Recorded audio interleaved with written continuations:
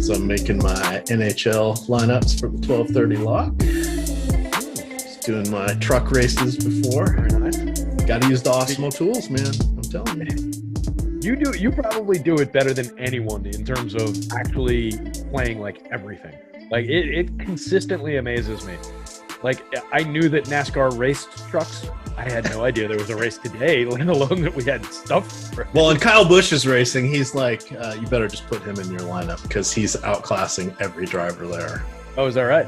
Yeah, he's when he races in the trucks, it's not even fair at that point.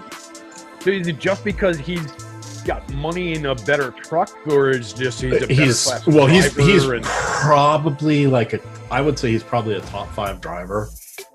All around driver for sure at this point. And arguably he could be. It kind of varies because you really have to take in courses into account. But he's one of the best ones. He's also one of the most annoying people too. Yeah, but, that I know.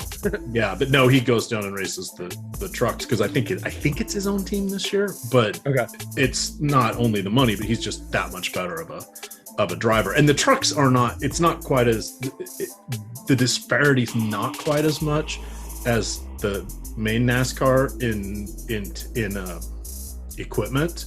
Okay. Because it's mostly they don't pour tons and tons of money into it because it's more for it's like that's where the crew chiefs kind of learn what they're doing. It's where the drivers kind of learn what they're doing. So it's like their AAA then. Yeah, at that point because some teams just only race trucks. Mm-hmm. So and it's not as expensive as trying to put out a Xfinity car or a Cup car because those are when you wreck those you're driving a $500,000 car and it gets very expensive. Yeah, that's a little something. Plus the sponsorship money. I remember that scene from Days of Thunder. I saw then they had to go out and get a new sponsor and everything. I remember. I'd say like 40% of my NASCAR knowledge comes from Days of Thunder and then like another like 30% through osmosis. And then I make the rest up, I think, as I go along. Hey, as Cole Trickle says, ESPN coverage is excellent.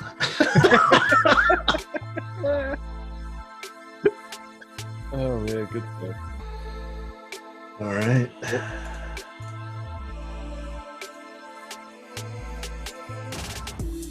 Ooh, Pittsburgh and Washington on the early slate here. NASCAR.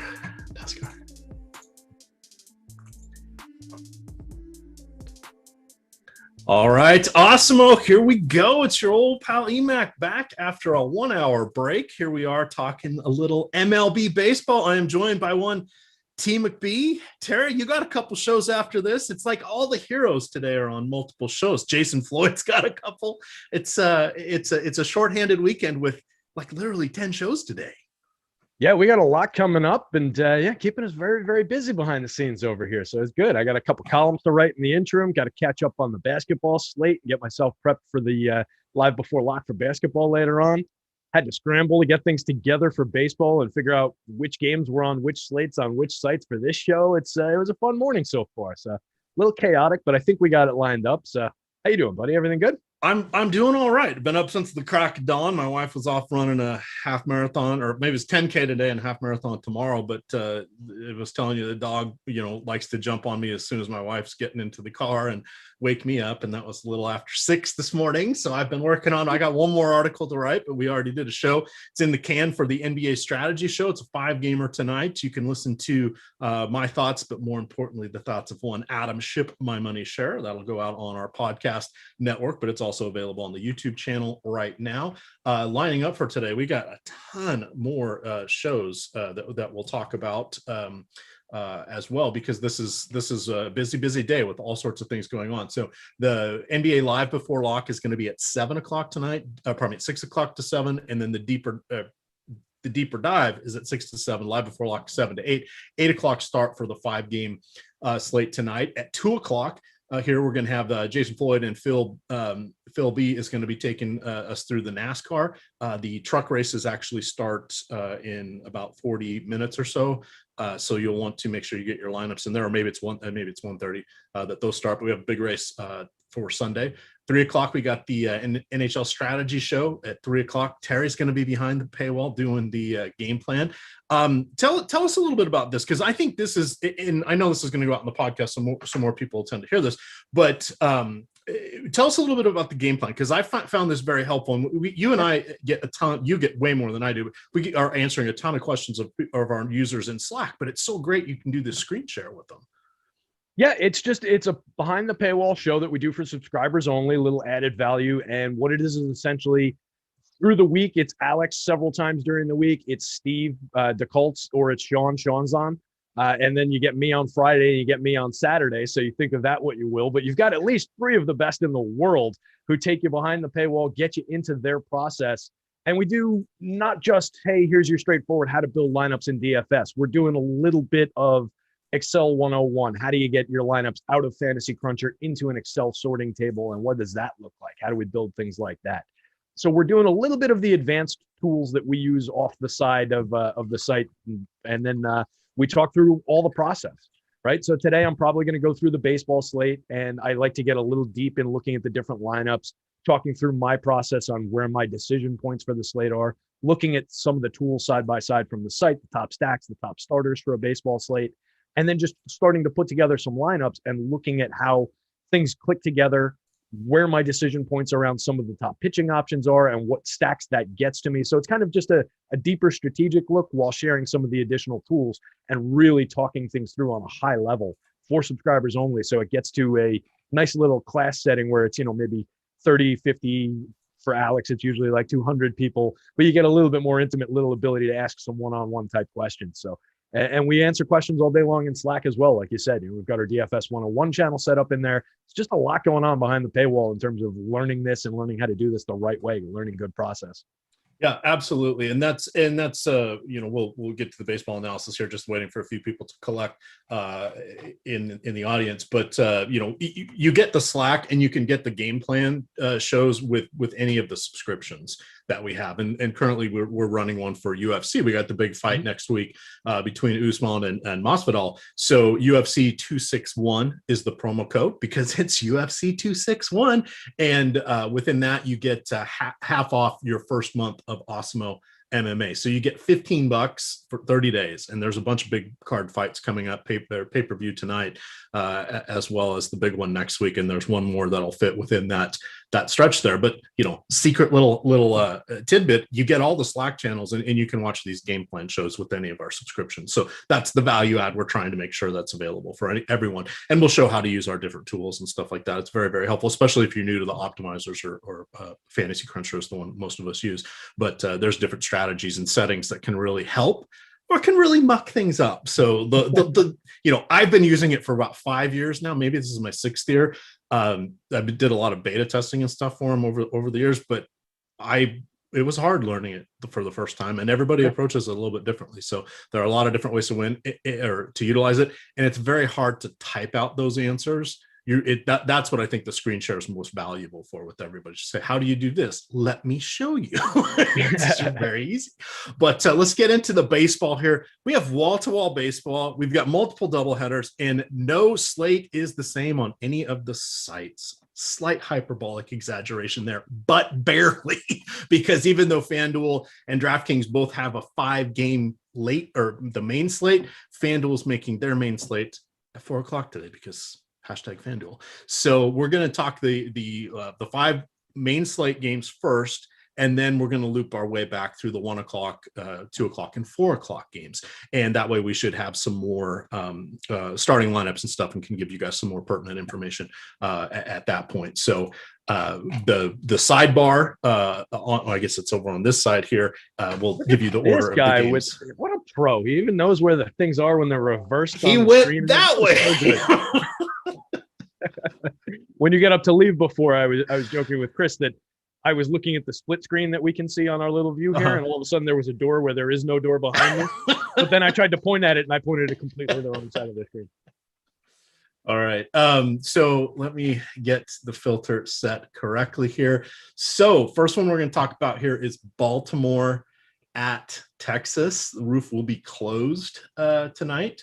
It sounds like we have Dean Kramer going against Dane Dunning. a couple of youngsters here. I've got some thoughts, anti-thoughts towards Dean Kramer. So let's start off with you and Dane Dunning, because he's the more talented guy. I think so. Yeah, it certainly seems to be. Had a nice little debut last year, 34 innings, 24.6% strikeout rate, put up a solid 4.16 whip, xFIP, excuse me. Jeez.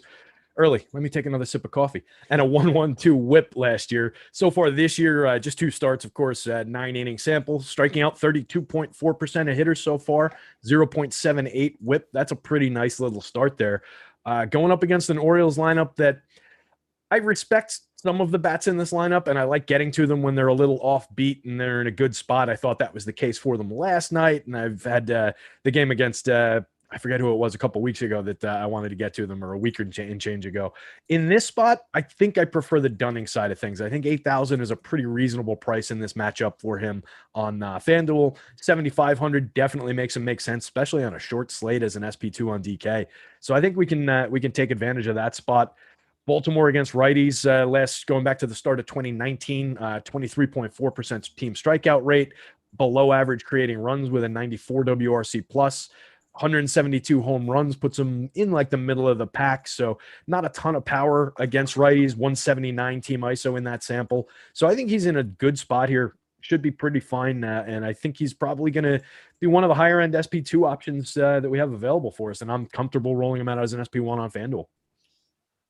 All right, so let me talk about the Dean Kramer here. Here's why I'm not a fan of his, and I will be looking towards some of the Rangers hitters. One, the Rangers are cheap, and two, not a lot of brand names here outside of Joey Gallo. Essentially, baseball players will know Nate Lowe, but from his time in Tampa, but that's really it. And then they may recognize the funny name of Isaiah Kiner Falefa, and that is really about it. So Kramer he doesn't have a lot of top end experience. So in 2019, he was promoted up to AAA, but he made just 4 starts to end out the season, lasted 19 and a third inning.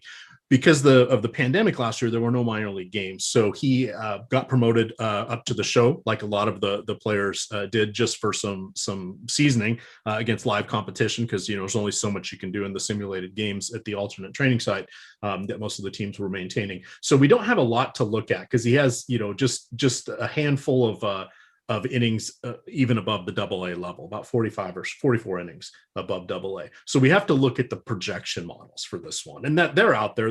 They're interesting. You can look at like Zips, Steamer, Pacoda, the Bat, hat tip to Derek Carty. We love to tease him on Twitter, but he has a really good model. Fangraphs. There's a variety of these out here, right? And that sort of gives us a range. So I don't like to look at just one of those. I like to get the range of what 4 or 5 of those projection models have. So they have Kramer with nearly a strikeout per inning. That's great. However, between a 3.8 and a 4.3 walk per 9 rate, that's awful. And a 1.6 to a 1.9 home run per 9 rate across hitters of either handedness. So these are not good things to look at. So my key play in all of this over on Yahoo is going to be David Dahl, who's somehow at the site minimum and will probably be batting 5th. You've got Joey Gallo, who I think is phenomenal, but I think you can look to some of these guys that you're not going to recognize their names, like Adolis Garcia, Nick Solak. We kind of know him a little bit, but he's got a little bit of speed, a little bit of pop, just isn't really putting it all together. And then I mentioned Isaiah Kiner Falefa. So this, I think, is an intriguing way to be a little bit different on our shorter main slate here that not a lot of people are going to end up on, in my estimation. So I know we haven't done a ton of baseball shows. I know we haven't done a ton of baseball shows together yet this season, even after our doing a lot of them last year. So you might not have a feel for the fact that I've gotten the Rangers wrong every time I've talked about them so far. This has just been not my team to work with so far this season. I agree with what you're saying on some of the prices are interesting. Some of the name branding and all of that is interesting. It's definitely a good matchup, which is something that I definitely like about it. 15.6% walk rate so far across only 6 innings this year for Dean Kramer. Last year, 14.5% walk rate in his 18 innings. Again, these aren't big sample sizes like you were talking about, But if we look at some of the minor league numbers, he was a mid-20s to, way above that in the, mid-30s to 40s, depending on where you're stopping in his minor league career. Some of these are also short samples because guys fly through levels at times, but he was consistently over a 25% strikeout rate through the minors, which does have a little bit of interest, but he was also wild at that level, high 9s to, mid 11s in his walk rate. So just puts too many guys on base, probably needs more seasoning to develop into whatever he might end up becoming. I don't think I'm going to Dean Kramer as a pitcher, even though the price is fine at 6,000. Like if you needed a super duper value, a strikeout pitcher going up against this lineup, I don't hate it as an SP2 on DraftKings if you need a ton of savings to get to a ridiculously good stack. There's some upside there, but I definitely agree with you. I would be more on the Rangers bats if I was going to any part of this one. Yeah, I see chat's panicking already. Guys, the sidebar, the sidebar over. Oh, get my finger in frame over here, pointing this way. That's all the games we're going to cover. Do you see that all of them are on there with the exception of the 2 doubleheaders that aren't on any of the slates?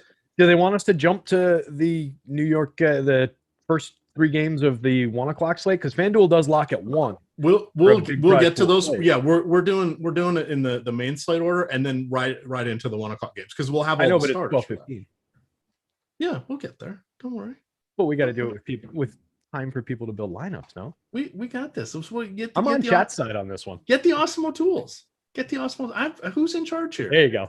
Who's in charge? Who made the sidebar? That was our producer. So we have to do what he says. Always listen to your EP, as they say. Always listen to your EP.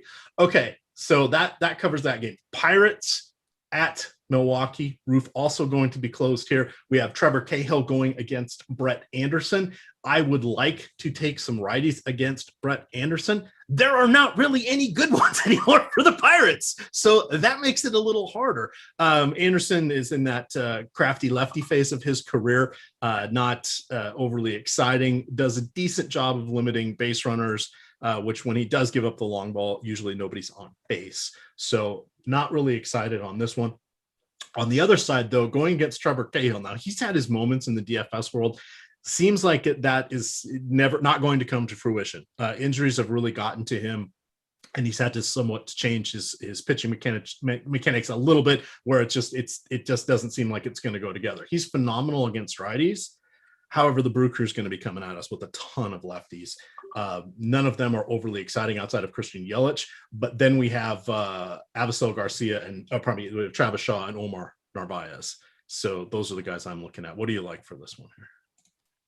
Yeah, it's a bumpy pitching game. I agree. It would be nice if there were a couple bigger right-handed bats on the Pirates to throw up against Brett Anderson.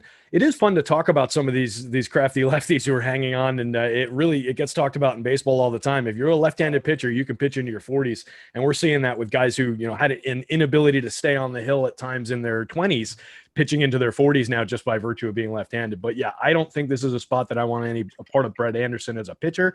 He does project out okay for me, but I believe in the ability of the Pirates at least to limit strikeouts. That's like their one discernible skill set with this lineup. Beyond that, there's not a ton to love here. I agree with you on Cahill. Probably there's a reason that he's pitching for the Pirates in real life now, and there's a reason he costs $6,300 on the FanDuel slate, $6,900 on the DK slate. He's come down in talent. He struck out 29.2% of hitters last year, but walked 13.2%, and we're talking about a 25 inning sample. 9 innings this year, he struck out 30%. So, I mean, maybe there's upside there. There are a ton of strikeouts in this Brewers lineup. So if you're looking for an SP2, I don't know that he would be my first up. 6,900, the price is right, but we've got a lot of options in that tier tonight. So you can mix him in, but I wouldn't get overexposed. I would watch my exposures to him. I think the lefty bats from the Brewers probably make some sense here. You've got some good ones in there. So I think that's probably where I would go with this game, is maybe start looking at some of those lefties. And then if you wanted to throw a small Pirate stack with like a Kevin Newman, Brian Reynolds, maybe a Kevin Newman and Brian Reynolds too, man, based on the projected lineup that I'm looking at. If you wanted to throw like Wilmer Defoe in there at a second baseman for super cheap, you could do that as well. Not a lot to love here. All Right. And look at that. We're already halfway through the main slate. Chat, hang on. We're about 7 minutes away from talking about the games locking at 1. You know why? Because we've got the Dodgers and Padres. I don't want hitters on either side of this going against Clayton Kershaw and Yu Darvish, respectively. I give a slight edge to Yu Darvish in this one, though he's had his struggles. We know that Bellinger's got a hairline fracture in his leg, so he's going to be out for a while. Gavin Lux is dinged up. AJ Pollock's dinged up. So even though they have a veritable all-star lineup, they're actually almost down to some of their reserves, which is crazy for the Dodgers in and of itself. On the other side, I give a little more credence here to the Padres, even though they're going against Clayton Kershaw. This is not Clayton effing Kershaw anymore. This is Clayton, still a top 20 pitcher in the league Kershaw, though. So while he may not have his Cy Young stuff, he's pretty solid. That said, we've got some intriguing righties, particularly in Fernando Tatis and Manny Machado. However, they're both dinged up. So Fernando Tatis is playing through that shoulder subluxation, which is going to pop in and out of place at various points in the year, and he will need offseason surgery to correct that. That doesn't sound like he's at full health. Manny Machado, as I mentioned, dinged up. Those would be the guys I'm looking for, but I'm not diving into this one. Where do you rank this pair of pitchers on our main slate? I think these are two of our obvious aces for the main slate. It's an interesting matchup. I mean, there's enough talent in the bats on both sides of this thing to frustrate both of these excellent pitchers. San Diego against lefties, around league average in most things, and excellent in creating runs back to the start of 2019. They're second in the league with a 123 team WRC plus, so 23% above average. They've only hit 69 home runs, and they have a 193 ISO against lefties back in that sample. Only strike out 22.3% of the time. Again, it puts them around the league average, which is kind of the underlying case with this lineup in general on both sides of splits. I don't want to use the word overrated because I do think they are an excellent lineup, and I do think there's a ton here for DFS.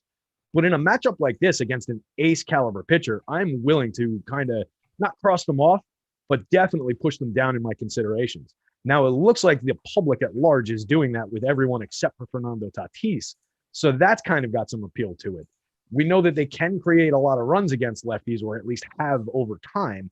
So with the low ownership on these bats, I think maybe I can get to them a little bit more than the public while still not getting like super excited about them. And that's true on the Dodgers side of things as well. Going up against righties, Dodgers pretty excellent against right-handed pitching. In that same sample back to the start of 2019, they lead the league against righties with a 128 WRC plus, so 28% better at creating runs. And they have excellent power marks against right-handed pitching as well. First in the league with a 233 ISO back to the start of 2019 against righties. They are fifth in the league with 246 home runs in that sample back to the start of 2019 against righties. And they have an excellent team strikeout rate, 19.8, second in the league against righties. So there's something to worry about with these aces here. They're in tough matchups. I think they're both the caliber of pitcher where I believe that the pitching talent overcomes. If I had to pick one who's maybe in more danger, I think I might be a little contrarian and say with those numbers, Darvish might be in a little bit more danger than we expect here. Both of the pitchers project out a little bit lower than what I would expect in any other matchup for these two pitchers in my model. Yeah, Darvish been getting a lot of fly ball outs this year, which is a little concerning, only because that means the ball's in the air, and that's when the ball can go out of the ballpark. Yep. Strikeouts are down a little bit for him, too. Only 17 innings, but down about 4 percentage points. Yeah. Oh, he only has 19 strikeouts and 17 and 2/3 innings. That's down, but it is down. It is down on a percentage basis, right? All right. Our next game here, kind of interesting. We got Matt Shoemaker going against Jose Quintana. Shoemaker, hey, remember me game, because, he was with the Angels. He is a great pitcher when his splitter is splitting. When that is not happening because he's hurt, he's on the shelf constantly. So we're going to want to play him while he is healthy. I do want to point out that since 2018, he has made a grand total of 20 starts. That's because he is always hurt. In 2017, he made 14 starts. So that is not very many appearances. I am not a fan of Jose Quintana. He tends to give up. One, I don't know how deep he's really going to go in this game. He's been incredibly inefficient with his pitches. His first start, 86 pitches, 3.1 innings. His second start, 61 pitches, got him just 5 total outs. So I do not trust him whatsoever. I'm leaning towards Shoemaker in this one. Do you like the cobbler today? The cobbler. Yeah, I think we can get there. I was just looking at the pricing. 81 might be a little aggressive for him on DK, but I think it's an okay enough spot. 76, that stands out a little bit on FanDuel as one of those mid-range kind of prices that allows you to get to some decent bats. And on a slate where I don't necessarily trust my top end aces, I'm probably going to be dipping into that pool of pitchers pretty aggressively, which I tend to do a lot. So yeah, I think we can get to some Shoemaker here. Overall, he ranks out like in the upper middle part of my main slate projections, I would say, for pitchers. Like, I think I would maybe rather get to him. Well, I've got him like right around the same level as Dane Dunning. I can get to shares of both of those guys. So that's kind of where he ranks out for me. On the Quintana side of things, yeah, I'm with you. I'll throw in the fact that the Twins are excellent against left-handed pitching into that as well. Definitely intrigued me for some Twin stacks here. Not getting massive home run power marks on him in my home run model for the Twinkies like I would expect. Kind of a product of the matchup there. But yeah, Quintana's just been awful so far to start this year. 5 innings pitched, 20.6% walk rate, which is just god-awful. 3.40 whip in that tiny sample. So he's just put a bunch of guys on base and, like you said, been remarkably inefficient. I think there's a good spot for the Twinkies to get to him here. So I would load up on Twins bats, take some shares of Shoemaker. I'd be comfortable rolling out some shares of the Angels against Shoe as well, though, going back the other way. I wouldn't cross them off by any means. You got some decent bats in that lineup.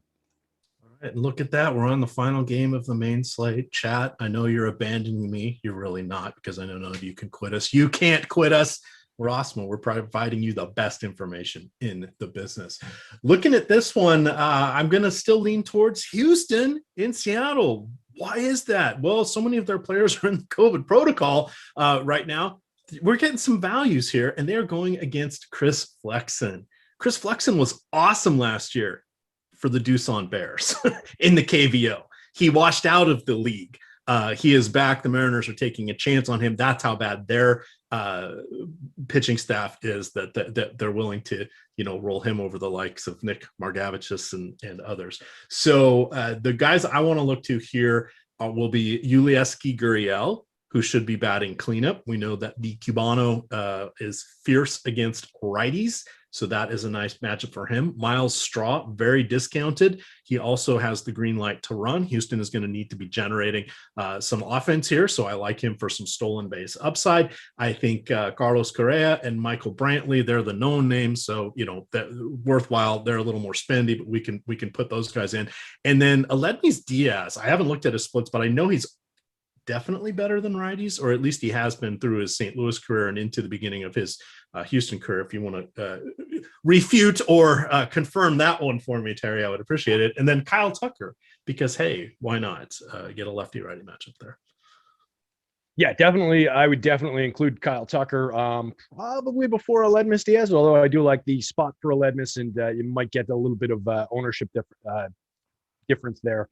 But yeah, just looking at his splits real quick while you were talking there, he has a career 200 ISO against righties in same-handed matchups, righty-righty, against versus a 149 mark against southpaws, 117, so 17% better than average WRC plus as compared to a 90, 10% below average against lefties, 285, 332, 485 slash versus a 238, 316, 388, decidedly better in same-handed matchups. So that might be a little bit of a sleeper call. I like that. And you're getting him he's owned, but he's a part of that stack at the top end. And I can't say that he's going to help you offset any ownership because he's going to be one of their higher owned players in there. But it definitely makes sense to get to. And he does have position flex on DK, which you like. But it's a very chalky spot, which is what concerns me about getting to them. I do like the matchup. I would maybe see if there's ways to work in some of the lower owned players. Miles Straw is definitely a good start to doing that, assuming he's hitting in the leadoff spot with all that speed. Under 10% owned on DK, under 5% owned on FanDuel. So I think that's interesting there. Flexen against this team, I don't know that Flexen is the pitcher that we saw in the KBO last year. That said, he does have a 23.9% strikeout rate in his 10 innings so far this year. Last year in the KBO, he had a pretty strong 28% strikeout rate, walked 6.4% of hitters. But again, we're talking about the KBO.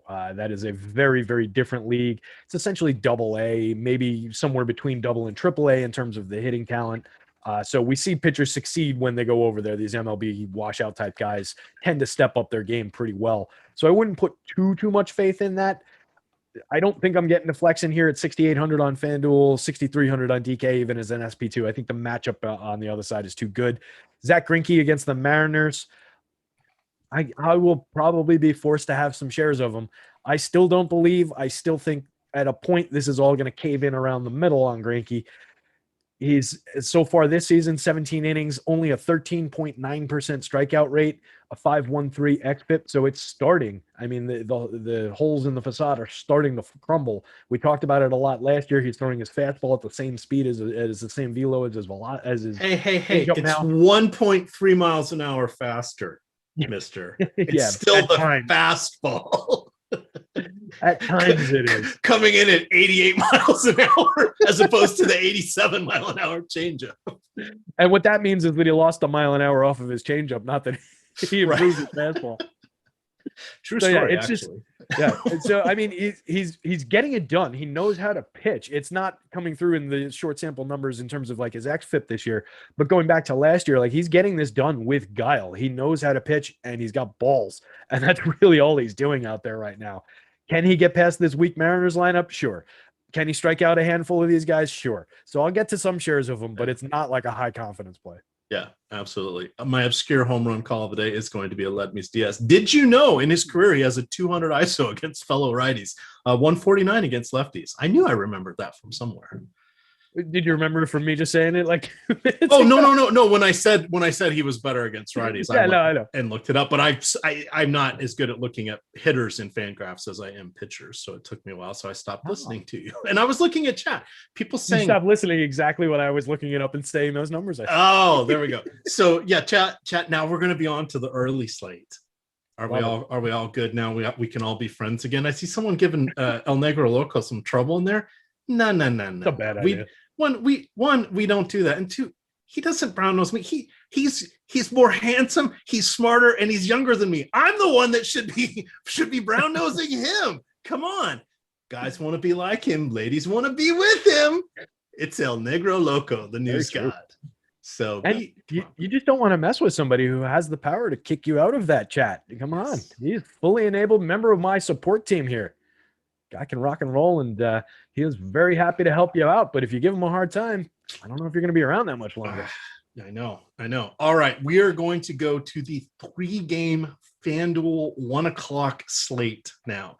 DK is running this as a short slate, which means they're doing their 1 pitcher, 3 infielder, 3 outfielder, or is it 2 infielder, 2 outfielder, and 2 flex? I didn't realize that. Yeah, I play 1 lineup in that per slate, Terry, just so I can kind of understand the lineup construction. That's like the one sport and slate and format I don't play.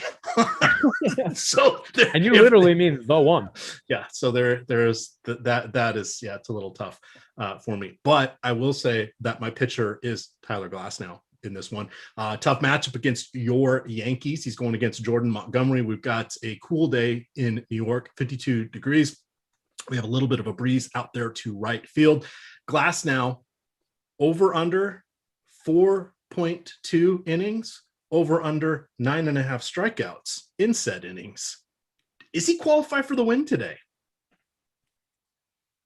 Yes, I think he's gonna get there. I don't know that they'll win the game, but I think he's gonna give us enough length, get into that 6th inning. Strikeouts, I've got him projected for around 7 strikeouts, but my model's a little bit wonky in that for what we've seen so far this year, so I might have to give that a little kick. I think he's got the ability certainly to strike out a whole bunch of my Yankees here. A lot of Ks in that lineup, even from the best hitters. We know that, and we kind of accept it, even though we're grinning and bearing it this year because it's just been brutal to watch in terms of Yankee baseball so far this season. I would roll some Yankee stacks against him for sure. We know the upside is there. They're priced down as well. So you're getting Yankees at a discount, $3,500 for DJ LeMahieu is a sweet deal. $2,800 for Aaron Hicks, $34 for Giancarlo Stanton. $2,600 Gleyber Torres has a ton of appeal hitting fifth in that lineup. He's going to be owned because of that price. But I think if you're using like Hicks in there at a 1.2% projected ownership for this slate, I think you can offset some of that. Stanton's got a pretty low ownership tag on him. Maybe working like a Brett Gardner, Gary Sanchez into it to help offset some of that ownership. There are good ways to build with that Yankee team. But I think Glasnow is probably the better play, striking out 42.6% of hitters in his 19 innings so far this year. That's up from his absurd 38.2 last year in 57 innings, 33% the year before in 60 innings. So just an absolute ace strikeout pitcher. I would be curious about Jordan Montgomery, I guess. 8,300 on Fanduel. I've got a decent little projection for him, pitching pretty well. 3.8 xFIP so far this season, 1.0 whip across 11 innings, striking out more hitters, 24.4%. And kind of changed his repertoire a little bit. So the Yankees are excited about some of the tweaks. So I think against this Rays lineup that also has some strikeouts in it, fewer than the Yankees do for sure, and some upside for sure. I think I can roll a few shares of Jordan Montgomery if I was building a full slate of lineups for this. And I would also throw out some Tampa bats against him. So I'm kind of on all parts of this game on a short slate. Yeah, and that makes the most sense. Again, it's baseball. It's incredibly variant. Weird stuff can happen. We can't overstate that enough. That's why, in general, most of us here at Awesemo are playing a lot of lineups. The reason we're doing that is we're creating player portfolio that can help mitigate the risk and accentuate potential edges. And then they got to go out and play the games where the best hitter misses the ball 70% of the time. What's the hardest thing to do in baseball? Hit it. What's the second hardest thing to do in baseball? Strike a player out.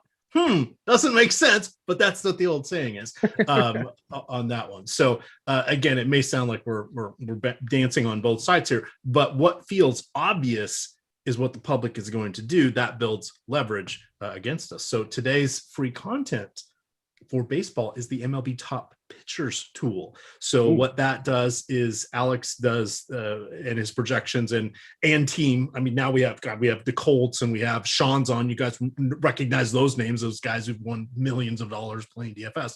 They're on the behind the scenes doing projections along with Alex and maintaining and modifying the tools and all of that stuff. And we've got some exciting stuff coming up even more so. So you have these guys that are wagering, $100,000 a slate, you're getting access to what they're creating as their byproduct here of their information. So that's the free MLB content. For MMA, there's a fight tonight. We have the Top Fighters tool, which is something similar to the Top Pitchers tool. We've got the NBA projections and NHL projections. So what the Top Pitchers tool shows you is it's a very easy way to see the probability of a pitcher being a top two pitcher for the two pitcher sites or the top pitcher for the one pitcher sites. And that's the likelihood of them having the best score. We also have the value metric in there, and you can easily see the popularity, which allows you to understand where the field is going and how you can utilize that information to your advantage. So that's one of our favorite things to look at, is the Top Pitchers tool as well as the Top Stacks tool. That is good enough, I think, for our first game. Our second game here, I like this one. Arizona going against Washington. Why do I like this one? Well, because we can target both pitchers. So Luke Weaver, just play Juan Soto, play some Trey Turner. I don't mind Kyle Schwarber and switch hitter Josh Bell. They're all good. That's all perfectly fine. Let's talk about Eric Fede, though. So what happens when he pitches? Well, the ball gets hit, and the ball gets hit hard. If we look at Fede in 413 righty-lefty matchups, meaning going against opposite-handed hitters, he is allowing a 1.32 home run per nine. He has a 21% home run to fly ball rate. That's not good. That means 1 out of every 5 fly balls goes out of the park. That's a problem. He is striking out just 13.8% of lefties while walking nearly 11% of them. That is a phenomenal spot where we can look to Cole Calhoun, who likes to strike out a lot, but he has tremendous power. You get a discount in Josh Van Meter, who is starting over Asdrubal Cabrera. And then you've got David Peralta. People will be on him because he's the cleanup hitter. But wait, there's more. It's even better when you look at, or I guess worse, when you look at Fede against same-handed hitters. They have a 1.7 home run per fly ball rate across 468. Get ready for some batting practice today, Terry. What's your read on this game? Yeah, I think that's all the good calls. And just to add one to the Fetty pile there, so far this season, allowing 44.4% fly balls. So if you're taking all of that into account, he's normally a ground ball type pitcher. Last year, 25.6% fly balls, 54.2% ground balls, 27.5, 51% ground balls the year before. So his fly ball rate is way up, and those home runs of fly balls are definitely traveling. So yeah, I think it's a good spot to target some of those Diamondbacks bats. I would throw Pavin Smith into that mix as well. Decently regarded prospect coming up, not getting a ton of ownership, only 2,500 on the slate, hitting fifth. So I like that as a lefty bat to mix in. I would be fine with mixing in some Eduardo Escobar as a switch hitter from the sixth spot. I think you can go pretty much to the bottom of this lineup. Are we willing to leave out Stephen Vogt as a lefty who has a pretty good split here, $2,600 at the catcher spot? Getting a lot of my vote is no. We don't leave him out. I see what you did there. Very nice. It's a dick fur. You know that one, right? You know a dick fur, right? Yeah, of course. Okay. It's more fun if somebody says, "What's a dick fur?" Yeah, I wasn't going to walk into it though. Spies Like Us. There you go. I was telling Chris about that movie. That one just popped in my head. Sister, you can all have her. Yeah, nothing like quoting a 35-year-old movie that nobody in chat has seen. In a room of 25-year-old people. Yeah, yeah, good times. So, good times. Hey, real quick on. I threw Luke Weaver into my little one lineup that I built for this one, just to be a little bit different. I don't love it, but I do think there's some ability in the kid. 24.4% strikeout rate so far this year. Walks are down to 2.2%, 0.47 whip across his whopping 12 innings. But he's a decent strikeout pitcher. Like I said, I don't love the spot, but I didn't love any of the pitching options really, and I wanted to work in some Yankees and Rays bats into the little lineup that I built there. So I went with like a 3-2-2-1 or something like that, like an offbeat stack for the small slate, and I went with Luke Weaver. So I'm a little bit interested. Again, it's only one lineup, but I think from the mid-range and the offbeat pitching options, he kind of made some sense to me. I'm terrified of the top end of this lineup, but I don't have much love for the bottom end of the Nats lineup. I think there's some strikeouts and some weakness there. So hopefully he gets through the top end of it twice and gives me a little something.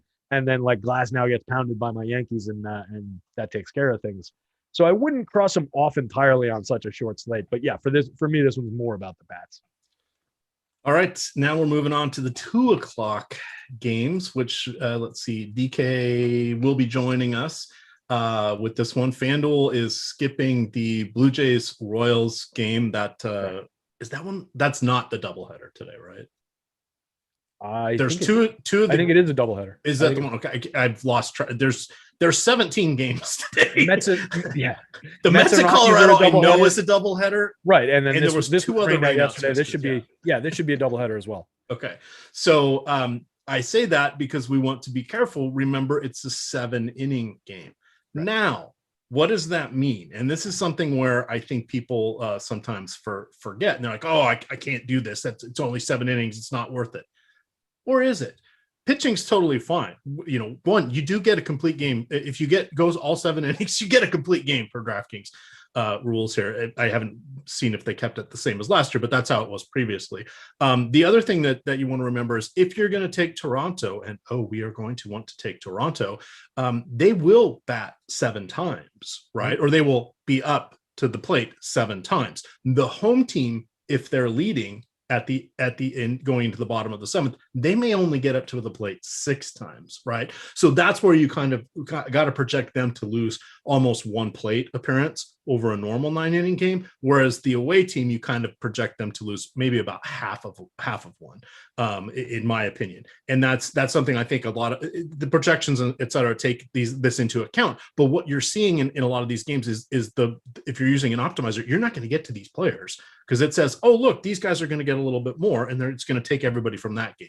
So I do want to point out that when we have these 7-inning doubleheader games, when you're looking at the hitters, they're perfectly fine to take, especially if they're in a good matchup today. Like we do get with the Toronto Blue Jays going against Mike Minor. I have no interest in either pitcher here.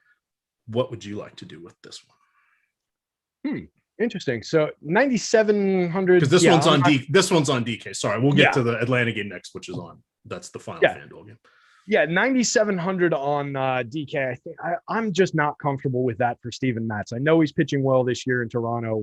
Has a nice first 2 games for them, 12 innings, 27.7% strikeouts, 0.89 whip. I don't believe yet. He's a super high pedigree kid coming into the league, just had struggled to find it with the Mets, maybe new environment, et cetera, et cetera. I want to see it a little bit more. So I just am not comfortable with that price tag for him. There are probably better options on that DK slate. Mike Minor, I want no part of. I will definitely take some shares of Blue Jays bats against him there. And I think I would roll some of the Royals top end against Steven Matz here. Give him a little bit of a test with some of your bats, particularly if they're not going to be that owned. So I would look to the Whit Merrifield, Andrew Benintendi, Sal Perez, Carlos Santana, Jorge Soler part of it, 1 through 5. If you wanted to work in like a Hunter Dozier or even a Michael A. Taylor for a little bit of differentiation there, I wouldn't really have a problem with it, assuming they're hitting 6 and 7. All right. Final game of whatever slate people are hoping we're talking about or not talking about. We're going to get to all of these before the first lock happens. So no worries there, gamers.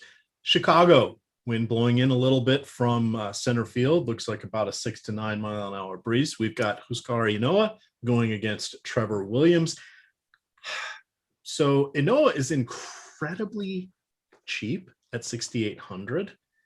I don't know that I want to attack the Cubbies, but that is an intriguing price point. The other thing that we want to remember is it's in the upper 40s here. Both of these teams have under a 4 implied run total.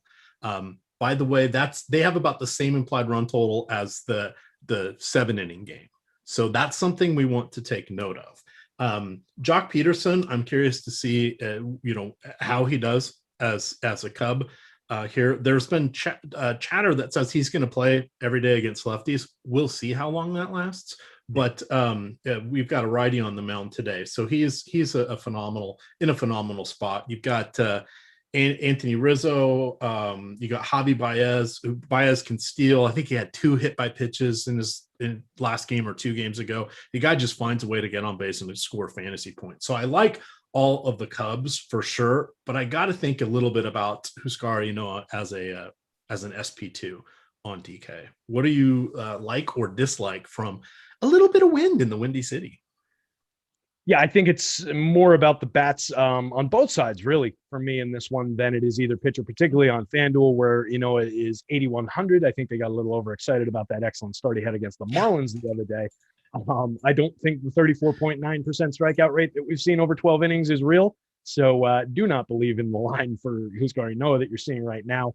Last season, 21 innings, 17% strikeout rate, 13% walk rate, 5.39 xFIP, 1.66 whip. Year before that, 18.8 strikeout. That's only a 3-inning sample. I won't even cover that one. So small sample size so far for the kid.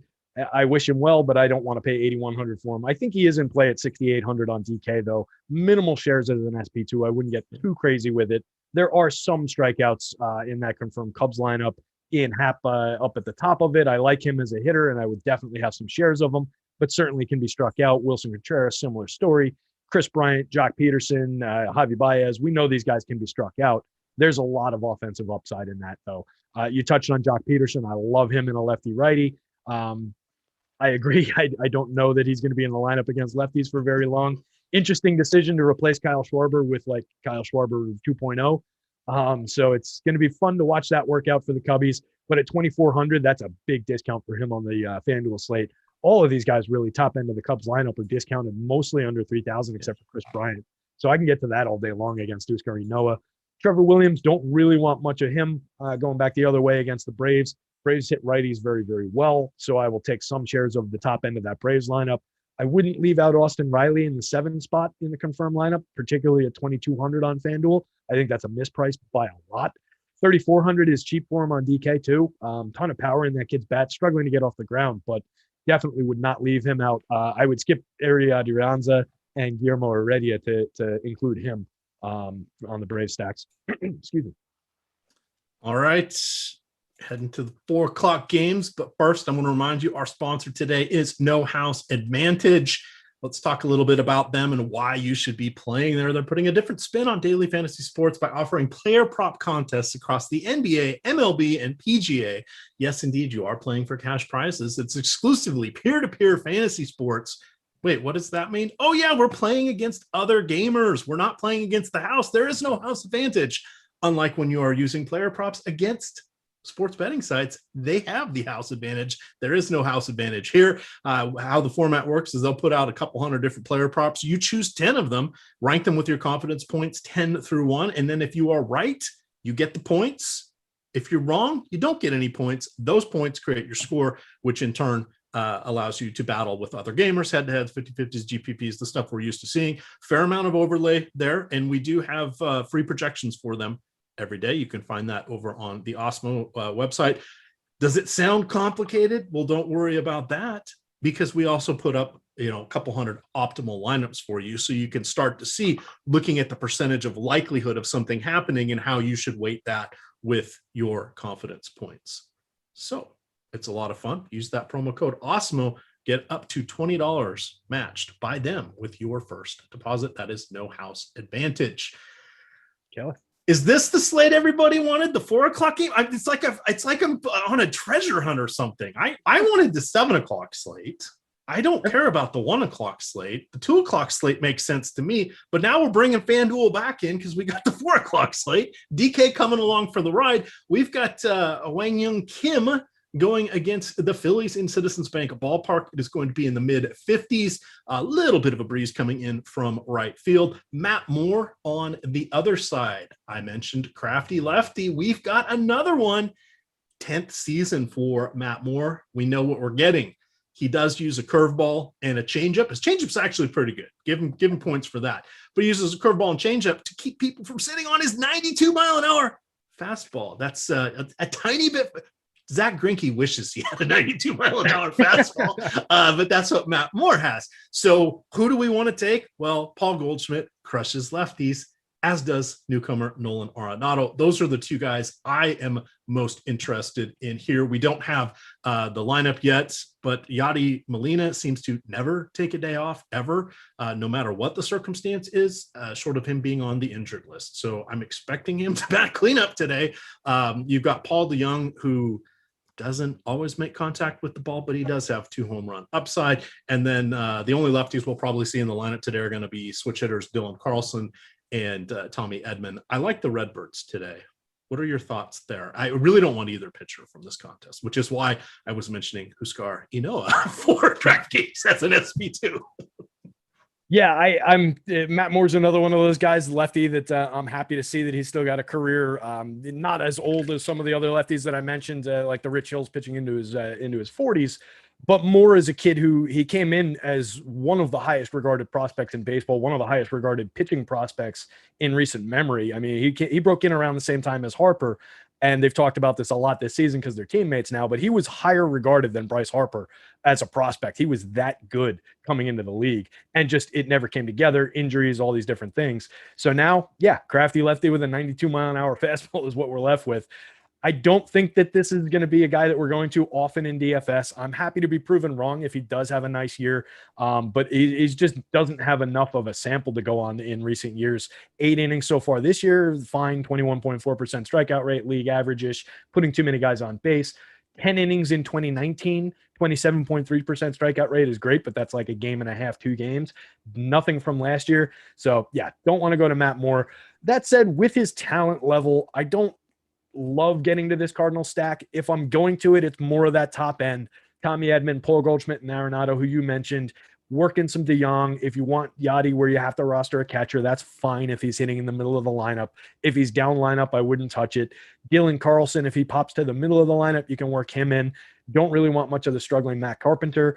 I can take some Phillies bats, though, against Kwang Young Kim here. Definitely not a big-time strikeout pitcher. Certainly can fire away with the righties, and I would not be afraid to roll out Bryce Harper. Looks like the public's going to be there a little bit, though. So, be cautious with the ownership and how you're building that. Looks like they're behind the curve on Alec Boehm still, though. So I would definitely make him one of my first clicks if I'm going to Philly stacks.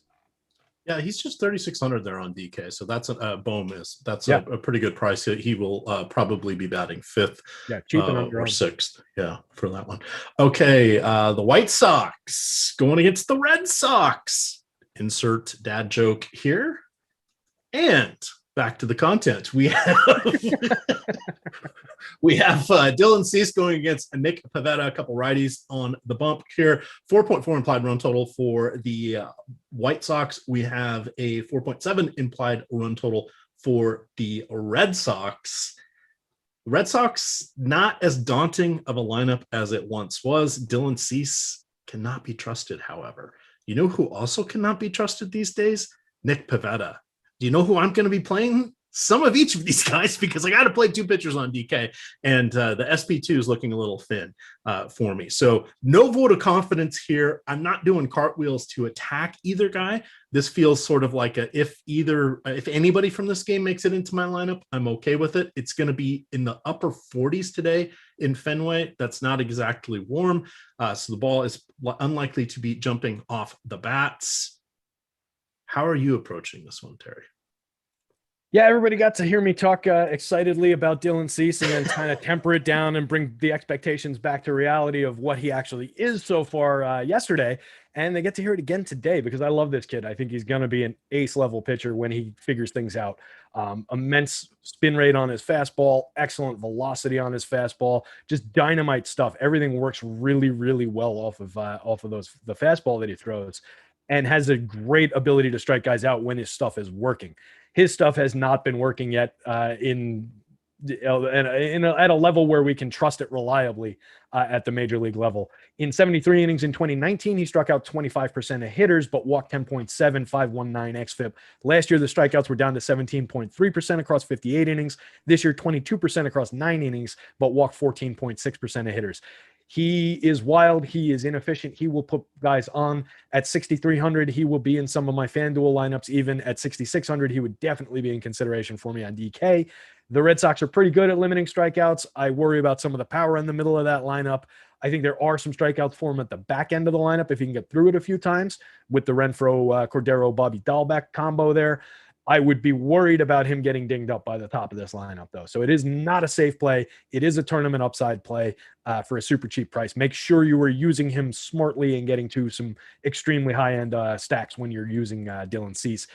Pivetta, I trust. Well, I can't say I trust Cease, but I'm less excited about Pivetta in this spot for 8,100 on FanDuel. Don't get a good projection for him. 7,200, I think you can work him in as an SP2 on DK if you're so inclined. I like the White Sox lineup better than Nick Pivetta in this one. I would have shares of bats on both sides. All right. I see Greg SJ is in the chat. He won the Fred Van Elite Fan Club contest last night. Nice. I got to go see that he has an Awesemo avatar. I'm pretty sure he does, but that will get him 30 free days of Awesemo premium content. You guys can get 30 free days of Awesemo premium content if you finish first with an Awesemo avatar in the Fred Van Elite Fan Club, which I run every day, in which the Toronto Raptors are playing, or in any contest of at least 5,000 entries. If you finish top 3 in that, send a screenshot over to Awesemo _COM on Twitter, as well as the Awesemo Hall of Fame, and you will get 30 free days of Awesemo premium content. You can win 1 free month for each sport in a calendar year. And we have some people that are cashing in on those. So definitely roll with that Awesemo avatar. It's got a lot of benefits there for you as well. 2 to go, Terry. That's it. Detroit and Oakland. I wanted to say some stuff about Oakland, but I went with them yesterday. I'm feeling a little cooler on them today than I was yesterday. It's going to be a nice 69 degrees there in Oakland. However, Casey Mize, is it Mize or Mize? I always forget that. I've been saying Mize. I think it's Mize because I say Johnny Mize, but then I think of the Miz, like he was on wrestling. Well, wrestling, and I think he was the MTV, one of those, not Rock and Jock, but one of the challenge shows, right? I almost said Rock and Jock, just so you know. I almost said Rock and Jock just then.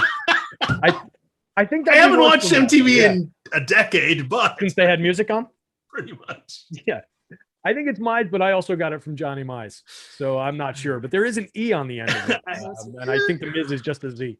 Yes, so that get confused in my mind. But 6,700, I'm actually quite intrigued by him. Matt Olson and Mitch Moreland have been a little dinged up, but they have both been in the lineup. Or I believe they were both in the lineup yesterday, so I'm expecting them to be in. the Athletics always go with whatever batters are going to be the most advantageous from a platoon or pitch type. So that is, one thing that still continues to go throughout their organization. Them and Tampa do it best, in my opinion, but no surprise there. So that I do have some interest, I guess, in Oakland, but with Casey and with Cole Irvin, we've got some talented youngsters here. Hard to trust because they got to get the reps under their belt and quote learn how to pitch, but the talent level is there is no questioning that. Where do you want to land on this one? 4.3 implied run total for Detroit, a little higher than I was expecting. Same thing for Oakland, 4.8. Anytime Detroit's going to be over a 4 implied run total, I'm going to say, wait, who's pitching? How bad are they? Right, because this is not a good Detroit lineup. What do you want to do with this penultimate game here? So I will go to Casey Mize on DraftKings. I would not touch him for 9,000 on FanDuel. Yep. That is just absurdly mispriced.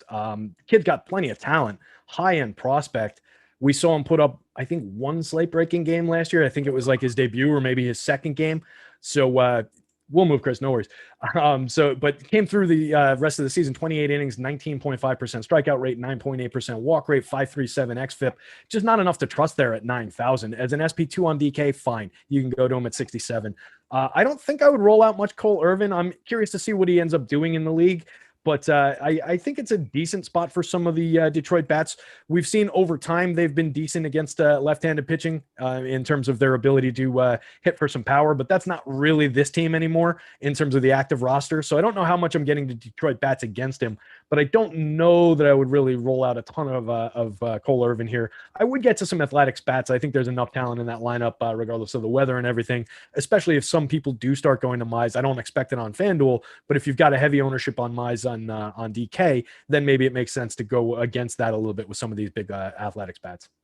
All right, last game, and we're going to get on out of here. We're still missing about half of our starting lineups for the 4 o'clock games, but here we are. We've got a confirmed lineup here for Cleveland and Cincinnati. This one is in the Great American Ballpark. It's going to be in the upper 50s, slight breeze out to right field. You've got Tristan McKenzie, a righty, going for Cleveland. You've got Sonny Gray, 9,600 on DK. I'm actually okay with this. The one thing we want to remember is that or the two things that we want to remember is that Cleveland loses the designated hitter, and Franmil Reyes is actually in the lineup today. Now, of course, he was an outfielder while he was with San Diego, but he's only played in the field 3 or 4 times since coming over to Cleveland. So I was curious what they were going to do with him because it's like Nelson Cruz doesn't carry a glove anymore because he's never going to see the field, right?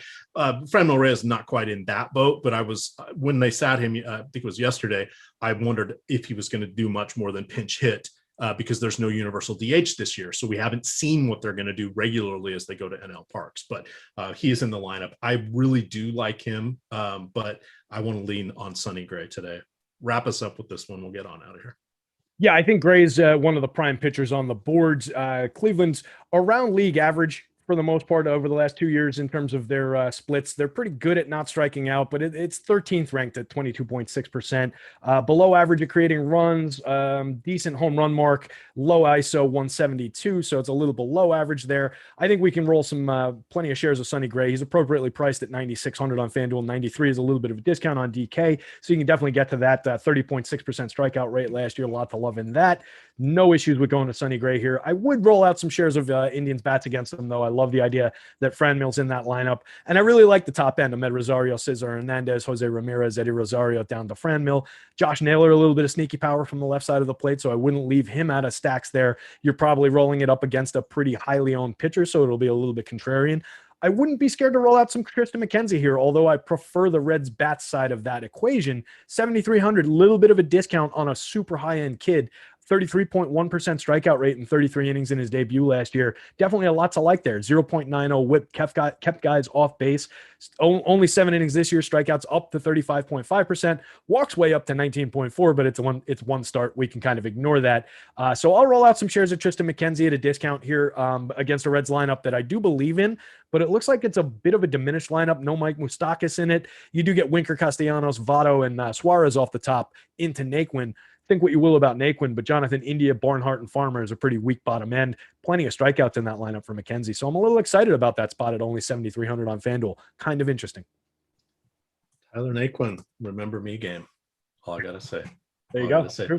All right, that's going to do it for us. People were asking for top stacks for me on DK at 2 o'clock. I'm going to say Toronto is going to be one. Yes, I know that is a 7-inning game, and I think targeting Goldie and Arenado is number 2. After that, nobody really jumps out for me. Did you have one you wanted to mention here? I have no idea which teams are on which slate, so I'm going to read from my top end of my home run model, right? We've got the Angels rating out well for power. We've got the Braves rating out well for power. The Yankees, Texas a little bit, but it's really only Joey Gallo, and Oakland a little bit, but it's mostly Matt Olson.